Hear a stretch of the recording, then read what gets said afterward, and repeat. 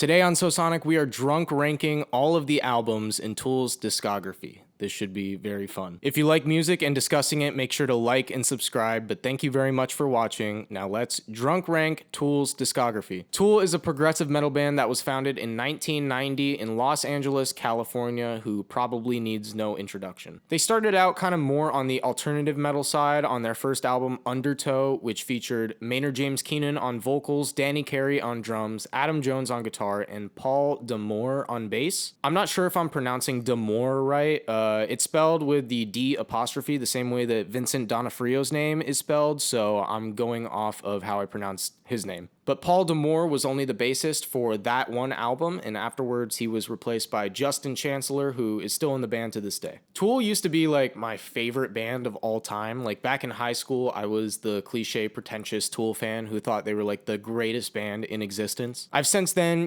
kind of expanded my musical horizons and have listened to a lot more stuff. And Tool, as a result, has kind of fallen down in my all-time favorite rankings. But that being said, I still love Tool. I think they're a fantastic band. I think they're a legendary band, Hall of Fame band. So of course, I have to do a discography ranking for them. And I will say, a lot of my Tool opinions have kind of changed since I last listened through their discography. And some of my opinions here may be a little controversial among Tool fans, so this is just my opinion, guys, okay? Just keep that in mind. But starting off with number 5, I'm going Undertow. Now, immediately, a lot of Tool fans just kind of winced and shook their heads because this is a very well-loved album in the community. And that's not for bad reason. This is a very quality album. Like I said in the beginning, it's more of a alternative metal style compared to the progressive metal with like psychedelic elements that Tool would go on to develop. But for what it is, it's a very, very good effort. It's got classic Tool songs on there like Sober and Prison Sex. And I think this album features maybe the rawest Maynard James Keenan vocals in Tool's discography. On this album, he seems a little more energetic, a little more performative, like kind of like a punk frontman, if that makes any sense. Like obviously not stylistically, but just energy-wise. In their later albums, I feel like he's holding back a little bit of the aggression that you hear in his vocals on this album. But other than Maynard, I feel like all of the other elements to this album are just kind of weaker than the rest of what Tool has to offer later on in their discography. The riffs aren't as memorable, the drum parts aren't as complex, and the bass lines aren't as groovy as Tool's later work. Maybe it's just because I prefer the more progressive, psychedelic elements of Tool's music that I rate this album so low. But that being said, I still like this album a lot, and by no means am I calling it a bad album. All right, next up, we have Fear Inoculum. So this album is really interesting, maybe the most interesting album in Tool's discography. Tool fans waited over 13 years for this album. Their album prior to this, 10,000 Days, came out in 2006, I believe, and then this album dropped in 2019. Now, this album is probably the most polarizing in Tool's discography among fans. A lot of people love it. A lot of people think it's their weakest. This was probably the hardest choice to make in the making of this list for this video because I really love Undertow, like I said, but Fear Inoculum I feel like just has more memorable parts, more memorable songs, and more memorable moments. And it could just be my, psychedelic progressive metal bias, but I feel like there's just so many more potent riffs and melodies in Fear Inoculum compared to Undertow. Like the title track Fear Inoculum, that main guitar riff, it's not anything crazy. It's just like the one that goes da da da da da da da da da da da. That's a super simple riff, but it's so memorable it sticks in your head. And then riffs like Invincible, dun dun dun dun dun dun dun dun dun dun dun dun dun. That's a very memorable riff. And then obviously like bangers like Numa. Numa is one of my favorite Tool songs of all time. Every aspect of that song is fantastic. I feel like a lot of the criticisms of this album come from the interludes and such. A lot of them just sound like filler and there's not really much to digest there. And for an album that's almost 90 minutes long, I feel like, you could have cut some of that out, But other than that, I really don't get the hate for this album. Like, maybe some of the songs overstay their welcome a little bit. Like, some of them are pretty long. But I could argue that this is like one of Tool's more psychedelic albums. It's kind of jammy. It takes a long time for some of the songs, some of the melodies to develop. And I appreciate it about that, But I feel like that's part of the charm of it, It's a different experience than what you'll get listening to any of their other albums. So that might be a little bit of a hot take, but Fear Inoculum is my number 4 pick. All right, number 3. This is also a little controversial.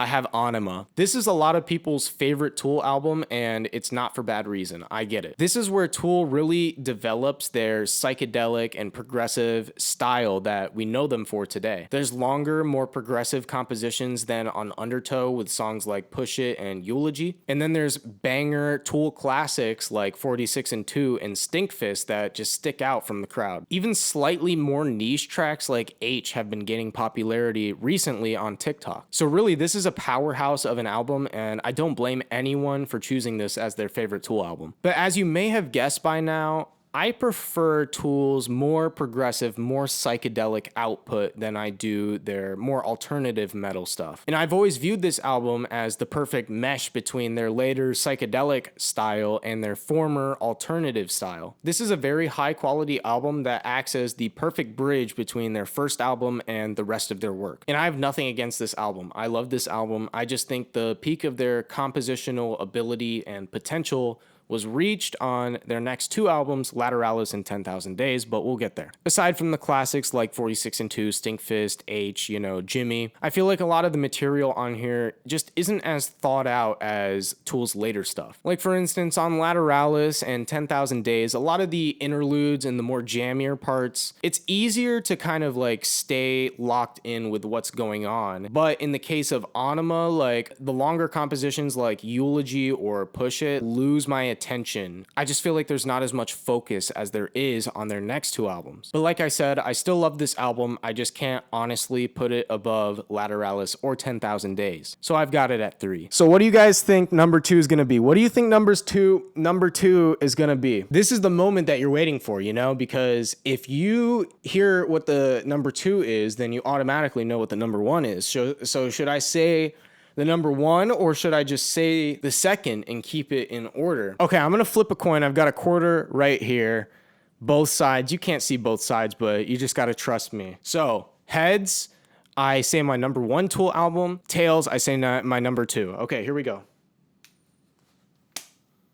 And it's Tails. Okay, my number 2 Tool album, my second favorite, is 10,000 Days. Obviously, guys, Lateralis is a masterpiece. Who doesn't love that album? Obviously, that's my favorite album. But let's talk about 10,000 Days. This is arguably Tool's most mainstream, sounding album. I mean, you've got songs like The Pot and Vicarious, and even Right in 2 isn't that progressive of a song. But this album is just such a vivid experience to me. Even though this comparison might be a little on the nose, this album really does kind of just feel like you're on drugs. From the more meditative songs like Wings Part 1 and 10,000 Days, Wings Part 2, to the more in-your-face, aliens are abducting you, what the hell is happening songs like Rosetta Stoned. This whole entire album is just a crazy experience. It's a little weird to think about how this album came after Lateralis, because to me, this kind of seems like Lateralis's playbook, just not as polished yet. It's very psychedelic, more so than their previous work. It's got the interludes woven into it, and this all makes for a very cohesive, memorable, enjoyable experience. And obviously, there are all-time great Tool songs on this album, like The Pot, Vicarious, Right in 2, 10,000 Days, Wings Part 2. The bass line on that song is so beautiful. So yeah, I feel like it's not crazy to call this my second favorite Tool album. There's a lot of people who call this album overrated or underwhelming, and I just disagree. I feel like this album is one of the best representations of their sound in their career. In fact, the only better representation of their sound is my number 1 favorite Tool album. Oops, I just knocked my light over. Don't mind that. Hold on, let me fix that. There we go. My number 1 favorite Tool album, Lateralis by Tool. This album is a 10 out of 10. I'm going to make a masterpiece review a masterpiece review video on Lateralis in the future, so stay tuned for that. And say what you want about picture discs, vinyl record heads will, disavow me for this, but, I got the picture disc. This is maybe the 3rd vinyl record that I've ever bought. This was at the start of my collecting days, and, in high school, I really loved Tool, so I was like, I have to buy this, and I didn't know that picture discs suck. but it's cool regardless, you know, it's a very cool artwork. But yeah, Lateralis, how can you argue that it's not their best work? Don't take drugs, okay? Don't take drugs, just listen to Tool, you'll get the same idea. Listen to this album in particular. I know previously I said 10,000 Days feels like a drug trip. Well, if that album feels like a trip, this album feels like a journey. It really feels like this whole album was just like yanked out of the ether from like some random dimension. And I'm not saying this is the most groundbreaking musicianship in the world, you know, there's plenty of albums and music that's been written that is so much more complex and technical than this, but it's just such a unique and potent style and sound. And I believe this is the best showcase of all of the band members' skills and talents on their instruments, as well as Maynard James Keenan on vocals. I mean, the drum outro on The Grudge is one of my favorite moments in Tool's discography, period. Right before that drum outro, you get Maynard James Keenan doing like, I can't remember how long he screams for, but it's like a 30-second scream or something. Like, okay, maybe that's exaggerating. Maybe like 17 seconds. I don't know. But it's crazy. Go listen to it. It's a crazy long scream. And of course, you have their big hit Schism on this album, which is the Tool song that everybody knows and every bass player torments Guitar Center with. You have the twin tracks Parable and Parabola, which is also just one of the best moments in Tool's discography. How can you not love that transition? It's an amazing 2 tracks. What I love about this album is that there's a clear like peak and then like come down from it like a drug trip almost. The Grudge kind of hits you instantly and gets you into this mindset of what the album is gonna sound like and feel like. And then The Patient kind of slowly, you know, creeps in and is very introspective while like you're coming up on the album sound. And then you hit Parabola, Ticks and Leeches, and Lateralis, which is like the peak of it. And then the last 4 tracks of this album are kind of just like a ambient like jam kind of. It's a very fitting, relaxing, kind of like reflective ending to the greatness of this album. And like I said, some of the best musicianship in Tool's discography on this album, like, you know, the drum parts and Ticks and Leeches, that's all time. Schism, obviously, the bass line, everybody knows that bass line. And I think the band was just on a different wavelength for this album. Like, they were all on the exact same page, not only the same page, they were on the same sentence, on the same word, in the same sentence for this album. And really, every time you have a band where all of the members are clicking on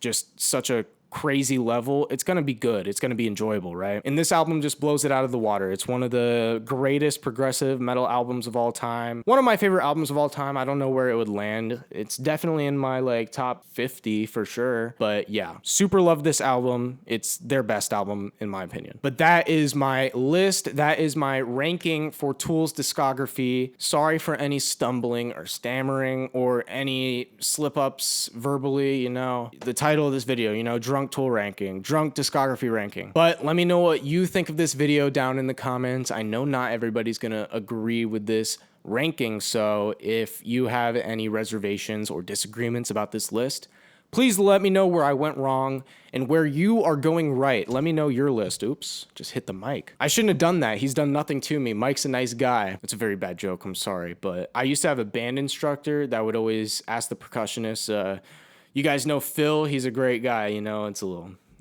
band humor there, a little drummer humor there. Drummer's best friend, Phil and Tom. Phil and Tom, how do you not know Phil and Tom if you're a drummer? You're not a real drummer if you don't know Phil and Tom. But if you enjoyed this video, make sure to like and subscribe. If you hated this video, make sure to call me stupid in the comments and subscribe to do it again next time. If you want to watch some of my previous videos, I'll have one right here and right here. But thank you very much for watching. I very much appreciate it.